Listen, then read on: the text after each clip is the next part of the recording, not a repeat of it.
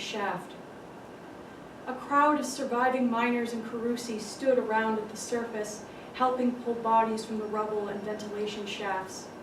Some ventured back into the smoldering darkness to deliver others to safety. The men they pulled out had burnt, disfigured limbs and mouths blackened with soot. Natoni moved past them, screaming for his brother. He made for the Dicenderera, the stone portals where the Carusian miners passed through. If there was any chance of finding Lido buried alive, he'd be there. The wide arched door leading to the Carusi stairway had collapsed, leaving behind a mound of thick stone fragments and smoking debris. Natoni went to his knees, clawing his way past the endless pile of dirt and rocks, though he dreaded the sudden discovery of a bloodied limb or his brother's face. Burning dust clouded the air, stinging his eyes and skin. He dug, his hands furious and raw. His throat ached as he sobbed for Lido. "Get away from there, it's not stable." A man gripped his shoulder and yanked him upright. Natoni scratched and tore at his arms and hands. Another miner appeared. The men hauled him away without much effort, tossing his body clear. Natoni rose, dazed but no longer weeping. "My brother," he said. One of the men cocked his head with sudden interest. "There's a rescue crew coming from Piazza Amarina. Stand aside and wait until they arrive," he said. Natoni opened his mouth to further explain, but then Scavelli appeared in the distance. He thought of him inside the shaft, kicking the other miners down, falling to their deaths, and his stomach became weak. Natoni raced through the confused throng, past the basins and the furnaces, to where the gray heaps of sulfur dirt stood. He glanced behind to make sure that Scavelli wasn't trailing him, but saw only an unending trail of black smoke leaving the mine site, tracing the sky in thick veins of shadow. Thank you so much.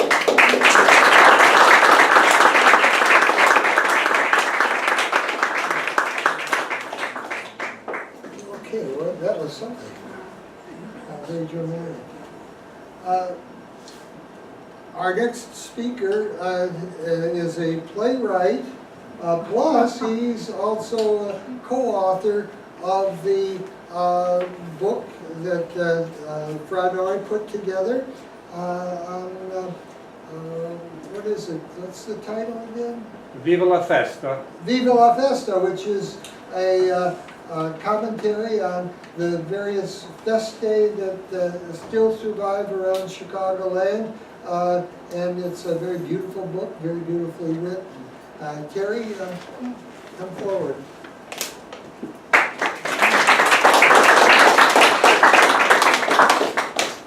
The last speaker. Last but not least. This is the book, and it was 3 years in the making, and it's a collaborative work. Photographers, historians, authors, editors. It's a great book. It really wasn't what I expected when I began the project. It is at the end of its print run. Its print run is over. There's, out of the 1,800 copies we printed, there's only 24 books left. If you want one, I have them in my car. They're $35, but we also have an e-book that just came out. Italians aren't interested in buying e-books, but it's only $10. And if you go to Franoi, you can look it up, send them your information, and we will be glad to give you a copy. It's almost 5 years since Paul Basil, the editor of Franoi, offered me a position as author and editor of Viva. From the beginning, I thought of my grandparents who made their small contribution to the fabric of this country. Working on this book made me think of my noni frequently. Antonio Quilico and his wife Caterina immigrated to the U.S. in 1899, coming from Castellamonte, Piemonte. They settled in Seatonville, in Bureau County, where Antonio worked in one of the many coal mines in the part of the state. In 1909, there was a tragic mine disaster in Cherry Valley, costing the lives of many immigrants, mostly Italian and Irish miners. And Antonio vowed never to go down in the mines again. He found employment at the Chicago, Milwaukee, and St. Paul Railroad as a train master, which is like a conductor for freight trains. He never learned English his entire life, neither did my grandmother. And then as a boilermaker in one of the railroad yards. Seatonville is located near Peru, Ladd, and Princeton, and at that time was divided between black Americans and Italian immigrants. My dad, mom, older brother, and I would often drive to Seatonville for visits, but many times it was just me and my dad. With each mile the old Studebaker drove, I could see my father's personality change. The burdens of life in Chicago and in business were lifted from his shoulders. He would talk to me about how he got the nickname Dito for being such a fast runner, how he would love to play baseball in the meadows, and how sometimes in running through the grass, he'd step on a wasp nest. Their house with an open porch, white asbestos shingles, and red trim, an apple and pear tree in the yard, a barn and outhouse in the back, live in my mind to this day. The outdoor pump, there was no indoor plumbing. It was just off the kitchen to the side door, and under the porch was a small cellar with a couple of barrels of my granddad's homemade vino. My brother and I once raided with straws. The small house had a bedroom off the front porch, and its window presented a perfect view of one of the red slag dumps that climbed to the sky from the long closed mines. And at night I would lay listening to the trains and the country sounds you never heard in Chicago, and watching the stars that never shone so brightly. The freedom was intoxicating. I would terrorize the surroundings with my BB gun, jump from the hayloft, and try to learn how to use the scythe from Anton, which he wielded so gracefully and which I could never manage. Katerina always produced the same meal from her wood-fired stove: creamy polenta with cheese, and a marvelous sauce of only 3 ingredients: tomato sauce, garlic, and egg. Saltisa, my dad picked up at the Italian butcher in Spring Valley. Insalata of lettuce just picked outside the door with a dressing of salt, wine, vinegar, and oil, and green beans fried with onions and garlic. After dinner, the unvarying script would play out with my Nonna complaining ceaselessly about the Bella Paese and Tutti Familia and Tanti Amici that she had left behind in Italy to live in a shack in America, and wondering where that handsome soldier she courted and married had gone to, while my Nonno would sip his vino, smoke his perotti, and work the ends of his mustache, unaffected by the verbal onslaught. My father would go to the parlor and either play the piano, sing his favorite song, or sometimes singing an aria from La Forza del Destino, or if he brought his concertina, we'd play something Italian. Mamma mia delle 100 lire, 100 lire di luto, voi America, oh. With this lyric, always resulting in wells of tears from Katerina. There was another person I always thought of when going to all the festas and working on the book. My Uncle Pete, who married my dad's sister Lena. Pete Pacenti was a large-than-life character who participated in several business ventures with my dad. One of the most memorable was when they had a Sinclair gas station across from the entrance to the stockyards by the Chicago Amphitheater. They pumped gas and they fixed cars. And people always came by and say, "Hey, can we park our car here?" Finally, the penny dropped. They stopped working on cars and just parked cars. And they made a lot of money doing that. Business wasn't so good. Finally, Uncle Pete worked as a sales manager also at the intersection of Grand and Oak Park Avenues. I say he worked at the intersection because there were 2 car dealers at that intersection, Montclair Pontiac and Twin Buick. And when he didn't like the way management was treating him at one of the dealers, he'd just take his stuff and go across the street and work there. He was a consummate salesman. As a matter of fact, he sold my wife, Darlene, and I an Audi Foxy used car. And we were having all kinds of problems with the car. And electrical, this was just terrible electrics. So all the way in the drive back to the dealership, I said, "Don't worry, darling. Uncle Pete's going to take care of this. It's not going to be a problem." So we got there, we sat down in his office, told him the stories about the car's problems. And he said, "Sweetheart, it's a used car. What did you expect?" Oh dear. He always drove the latest model Cadillac wherever he worked, while Lee had the company Buick or Pontiac. He owned racehorses that seldom won. Loved to tear down a Vegas and 80-mile-an-hour clips, much to my aunt's disgust. Always remained a ladies' man. And at our son's wedding, he was in his 80s. He stood up to speak. We introduced him, and he was the life of the party.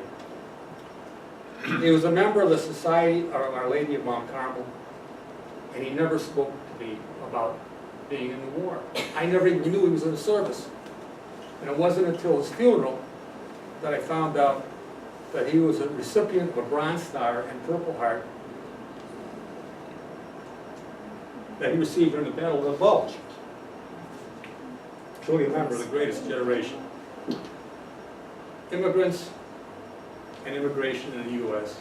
has never been popular, despite the fact that we're a country of immigrants, and neither has journalism, because people don't like to hear the truth. But we are gathered here are obviously proud of our immigrant roots, and the writers and journalists I'm honored to be among always write from the passions of their hearts and souls. I'd like to close with a short excerpt from one of the introductions to the book, A Window to the Soul. Standing proudly in front of Villa Scalabrini in North Lake, where half a dozen patron saint festivals are annually held, there is a statue called The Migrant Family. It is a white sculpture of three figures, a mother, father, and child. The inscription at its base speaks to us of the past, the present, and the future. I can find no better words to accompany you on your journey through the pages of this book, The Migrant Family. A shrine to the migrant families who have touched the shores of this land. They came by the thousands, the tens of thousands, wave after wave. They came from every nation under the sun, of all colors, of every religious belief and political persuasion. They sought these shores for different reasons. Some for religious freedom, others for freedom of political expression, still others for the opportunity of a better economic situation for themselves and their children. They came alone, uprooted from their native country, traditions and way of life, yet filled with courage, faith, and hope in the future and in this land. They came with fear to this land, new traditions, new way of life. Yet, they clung to their values, age-old traditions and customs, and wove them into the fabric of this country to make of American life a many-splendored day. Thank you.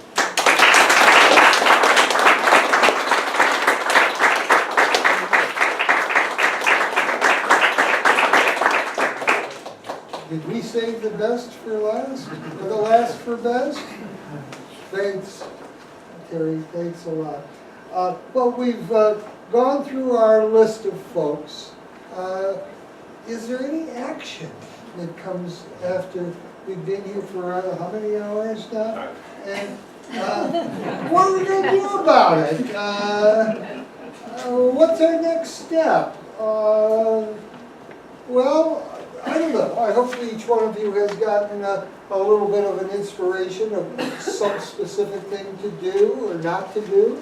And I hope you've been introduced to Kazetaya. If you've never been here before, you need to go upstairs and take a look at the exhibits, especially to the third floor. We have a miniature of the Vatican. The room above this room, there's an Italians in Chicago historical exhibit, and we have an art exhibit plus our library. Come around on Wednesdays. We're here on Wednesday afternoons.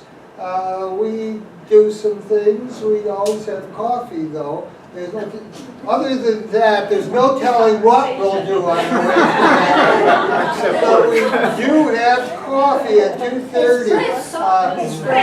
Espresso. Okay. Cafe espresso. And also think about.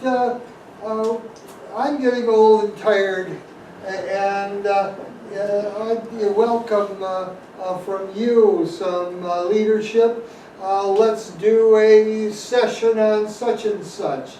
Our problem was always getting a decent crowd to come here and to create an event. But there are ways to do it, and we have, Lord knows, I've probably sponsored 200 events here during my lifetime. and some of them have been big successes, and some of them have not been, but that's life. We'd like to encourage you, call on each other. If you need email addresses for people that you've met today, or if you haven't exchanged cards, we'll be glad to pass it along. Hannah will be glad to pass it along. Have you done or open emails to all the presenters? Okay, you probably have each other's email addresses. Yes, I have, yes. And our thanks to Anna for working so hard.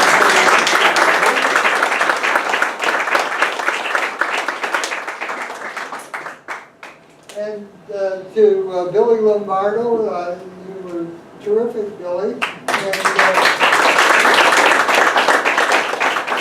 And everyone, if there may be some food left, dig into it. You can stay as long as you want, but I'm going home. I just had a thought, which is that everyone seems to enjoy each other and enjoy his company. What about a Facebook page, Facebook group for just Italian American literati? That's a possibility. We already have the library web page, which doesn't get enough use. If you'd like to participate in it, it's an open page, and anyone can post on it. But if someone wants to take hold of that idea and go for it, yet another web page, that's fine with me. But know that we do have the library web page, apart from Casa Italia's web page. God bless you. Come again. Thank you very much.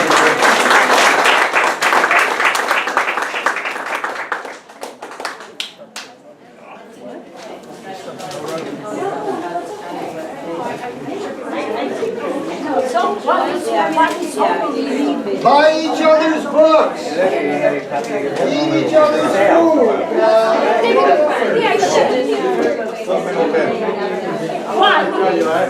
Sono dei libri che della grammatica cominciano dall'1 e ho provato sul piano tecnico che è stato un grande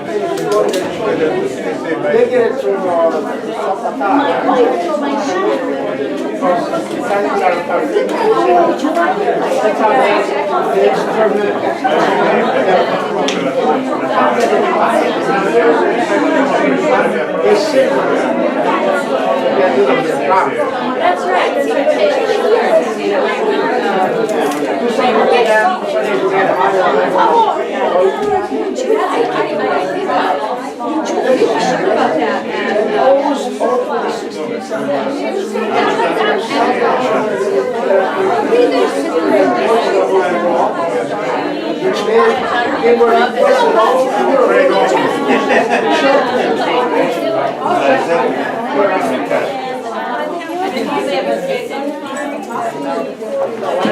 so many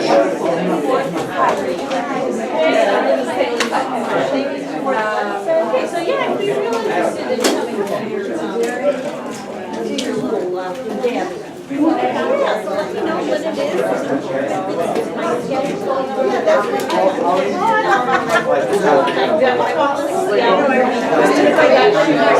now that I don't take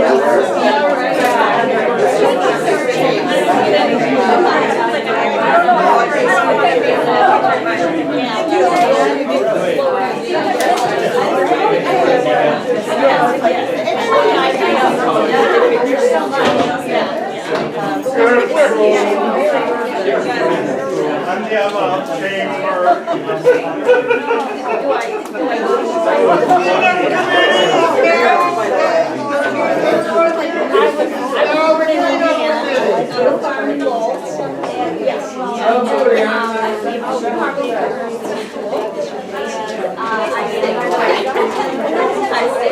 I like Chicago much better than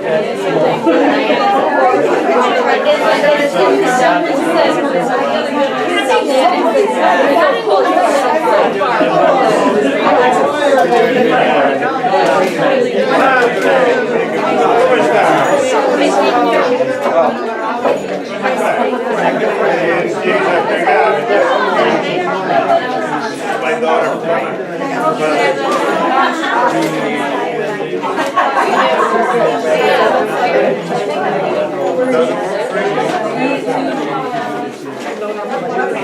here, one side, tennis, over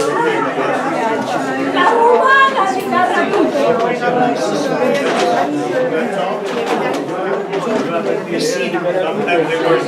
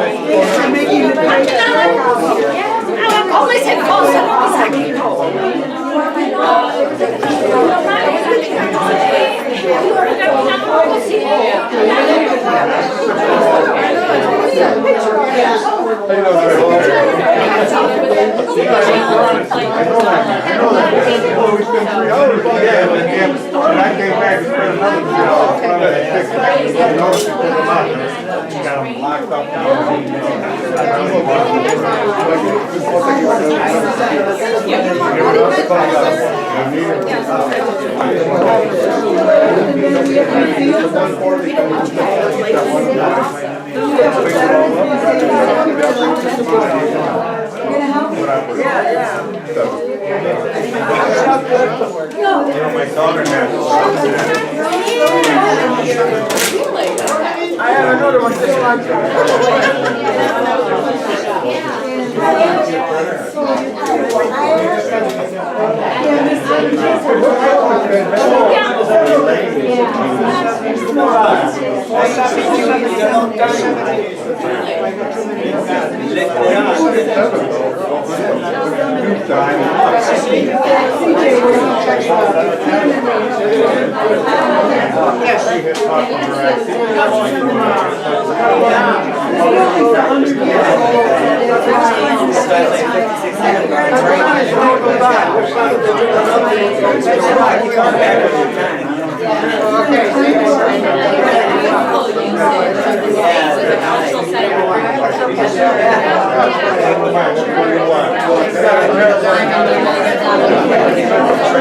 Hey, thanks very much. Very good. Thank you. You still have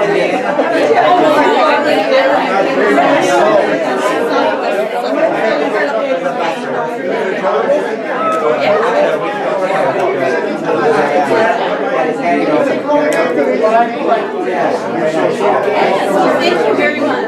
Thank you so much.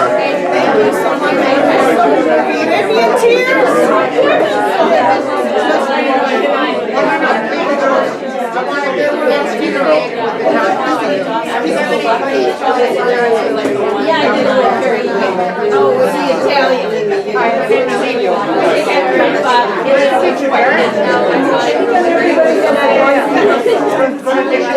job. Thank you.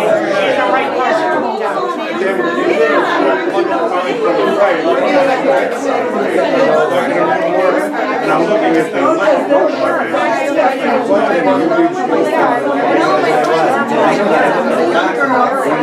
yeah, with that.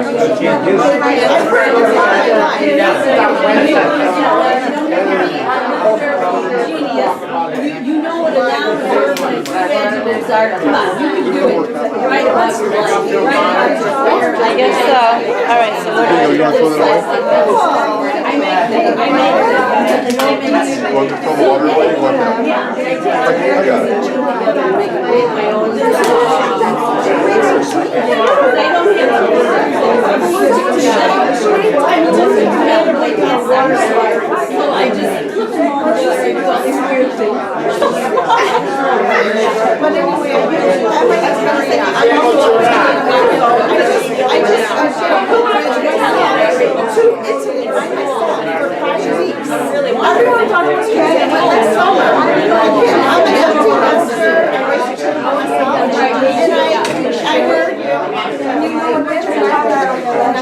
In my walls, crying, the kids are gone, the road, and I was thinking, a light bulb went off and said, I need to cut the cord and go to Italy. And then they were all like, don't make your kids feel guilty about leaving the car. Go to your website. I have 2 daughters and 5 grandchildren. If I know those grandkids are so much fun, I would have had them first. Oh my God, they're so wonderful.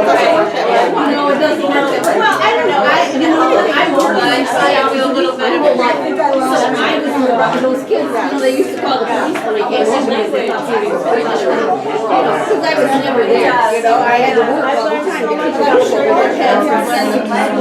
But I heard they don't hold it against you.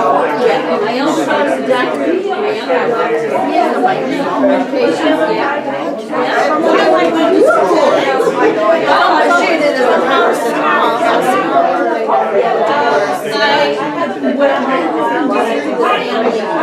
I was pregnant with my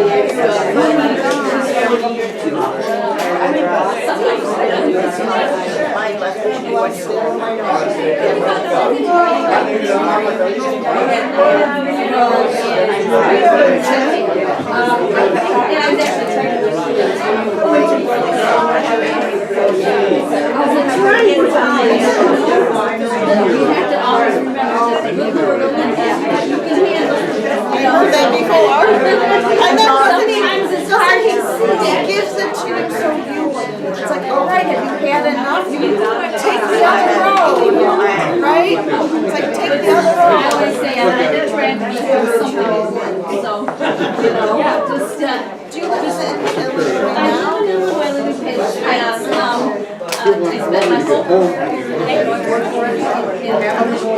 Chicago area, and I retired in 2010, and crazy story. It's cool. Let's start. And then you can start writing books too. Like, 2010? That's when you started. You like to read your books.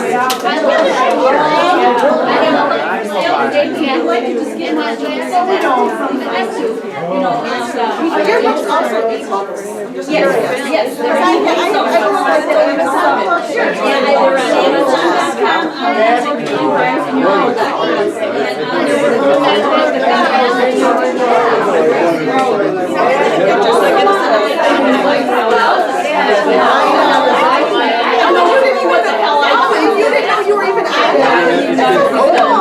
But you know, I get no fraction of my business. I don't, you couldn't practice these things. Let me tell you, the reason to write is because you have something to say. Right. No, right. It's just Write because you have something to say. I want to write articulate it for my children too. Like, Exactly. because they don't understand. They don't understand that. They're like, they're interested, but they're not. They're like, oh, later. Later never comes. Even if you never come, it's good for your child. My oldest daughter was always middle of and I always yeah, you know how that goes. Yeah, I mean, after she read my book, She got a different idea. she had an entirely different opinion of her mother after she read my book. After all those years, she no, they don't. I mean, they're kids. They're not supposed to. The older people used to tell us, they'll understand when you're gone. And I think that's true. I know Well, it's the same thing with my parents. I mean, I couldn't, we were ashamed of it. We were supposed to keep it quiet that we were Italian. None of us supposed to really talk Italian. Our parents would speak to us in Italian, we answered them in English. You know, I understand Italian very well, but I do not speak it well. because you were, I remember hearing that. It's nice that you cried from your generation. It was hidden. It was something to be hidden. You're American. You're supposed to be American. That's right. She was born in Italy. Oh, wow. She was 9. Being accepted as It makes you feel like, and then you look at your identity, you're like, well, who am I? I was born here. I was the youngest of 6 children. I was born here. Then you still teach. The day goes. Oh yeah, the day goes. Wow. Oh yeah. Italian and Italian is It's like your parents didn't give you your life, which they did, and at the same time you felt like outcast. It's like you're torn. Right. It's like you're torn. And they did. Yeah, they did. very bad during the 1920s. And there was no work. There wasn't anything for anybody. Well, they're even struggling now because now they have, like us, they have this stupid conservative government who thinks only about themselves and making money, and they don't care about people, and that's the problem. they are going through the same kind of struggle. It's terrible.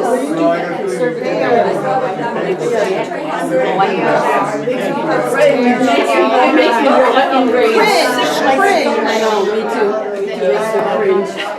Well, it looks like maybe soon we'll be, it'll take a while. It's like history repeats itself, doesn't it? You know, I work with all these young people in my kids and you know, this happened in such and such a year, you know, they're like, this is like 1973. I remember that. This sounds just like this. Everything's happening over and over again. You know, you don't understand history.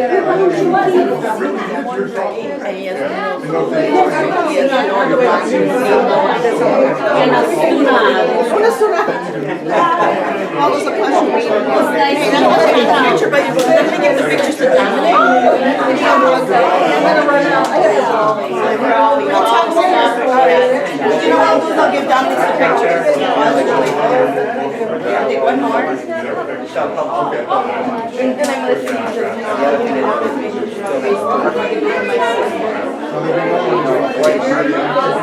I appreciate it. I don't know where he wants it. I wanted to leave a book for the library. oh, Dominic. And I can find it. He's probably in the library. I see. Are you standing on the roof over here? And I was so wonderful.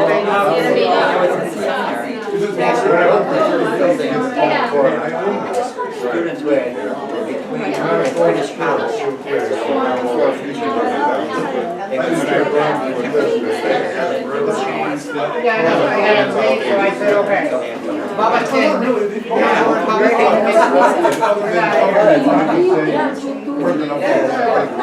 Yeah, so that's the way of promoting your book.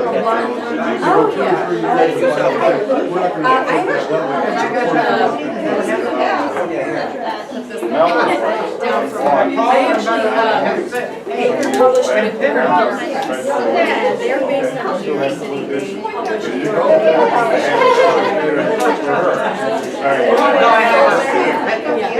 They're wonderful. Sometimes that here, you can't publish that for their women.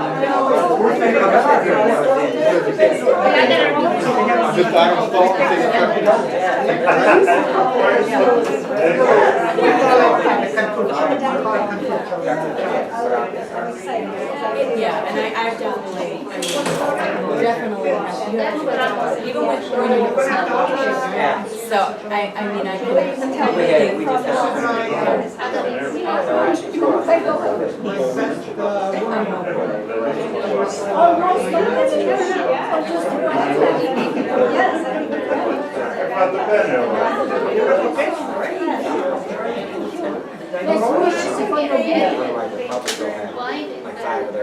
oh, yeah. good men. A few good men. Oh, Very good. really? Yeah.